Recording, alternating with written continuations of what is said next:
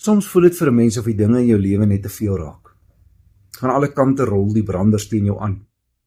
Dit is droogte of oorstromings, plaasaanvalle en barbaarse moorde, werkloosheid, siekte, depressie. En soms voel jy so beangs dat jy nie weet wat om volgende te doen nie. In Markus 4 vers 35 lees ons ook van so 'n situasie. En toe dit aand geword het op daardie dag, het hy vir hulle gesê, laat ons oorvaar na die ander kant. En hulle het die skare verlaat en hom net soos hy was, saamgeneem in die skuit, en daar was ook ander skuitjies by hom. En 'n groot stormwind het opgekom, en die golwe het in die skuit geslaan, sodat dit al vol wou word. Onsaglike storm tref die disippels op die see, so erg, dat die water wat in die skuit ingeslaan het, so baie was, dat hulle nie kon voorbly om het uit te skep nie. Al hulle pogings om te oorleef het blykbaar nie gewerk nie, want die skuit het vol water geword. Wat ons situasies soms dieselfde maak as die van die disippels, is dat ons ook soms in onmag moet staan en toekyk, hoe dat daar dinge in ons lewens gebeur, wat as ware 'n brander op brander is wat in ons lewensboot inslaan. Jou onvermoë om iets aan daardie bepaalde situasie te doen, bring dan soms dieselfde angs en benoudheid in jou hart as wat daar by die disippels geleef het. Soos hulle, voel dit ook soms vir ons as ons alleen die storms moet trotseer, asof die Here nie weet wat besig is om met ons te gebeur nie. Ons lees in vers 38. Die storm is so groot, en tog lê Jesus agter in die boot op die stuurmanskussing en hy slaap. Die disippels sien dit as 'n teken van ongeërgdheid ten opsigte van die gevaar wat hulle bedreig, en daarom maak hulle hom met 'n verwyt wakker. Here, of meester, gee u nie om dat ons vergaan nie?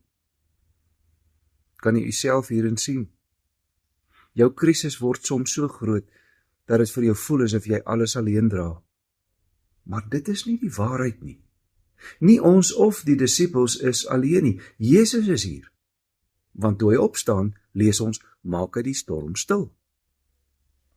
En dan kom die teregwysing van die Here Jesus in vers 40, en midde in jou storm moet jy dit nou hoor. Waarom is julle bang? Het julle geen geloof nie? Dis asof die Here Jesus vir hulle sê, julle is al 'n geruime tyd my disippels. Julle was getuienis van die genesing van die man wat by duiwelbesete was, en van Petrus se skoonma, en van die melaatse man, en van die verlamde man, en van die man met die verdorde hand. Toe ek julle as disippels geroep het, het ek julle net te vol visse gemaak. Waarom twyfel julle nou? Waarom is julle nou bang?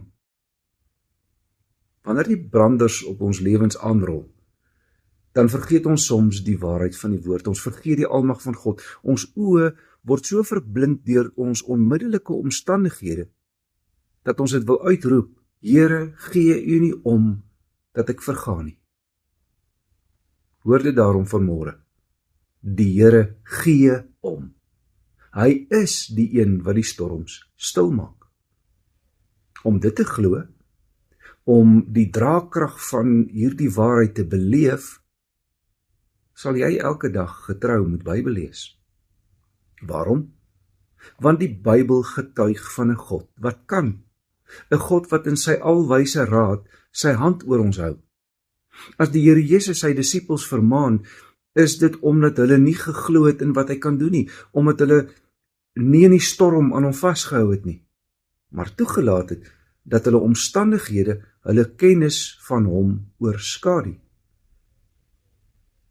Liewe broeder en suster, gaan bestudeer die Bybel elke dag. Daaruit sal u meer en meer leer dat die God wat u aanbid regtig kan. Dit sal die fokus verander, sodat u ook aangegryp en vasgegryp word deur sy almag. Dit sal die fokus so verander, dat u nie meer in die dreiging van die storm op jou omstandighede fokus nie. Maar soos die Here Jesus, midde in die storm rustig kan wees en kan weet, my God is in beheer. As die Here wil, praat ons môre meer hieroor. Kom ons bid. Here, Ons bely voor U dat ons soms so maklik twyfel. Rig ons fokus op U sodat ons sal weet dat geen storm te groot en geen krisis te swaar is, dat U my nie kan help nie. Amen.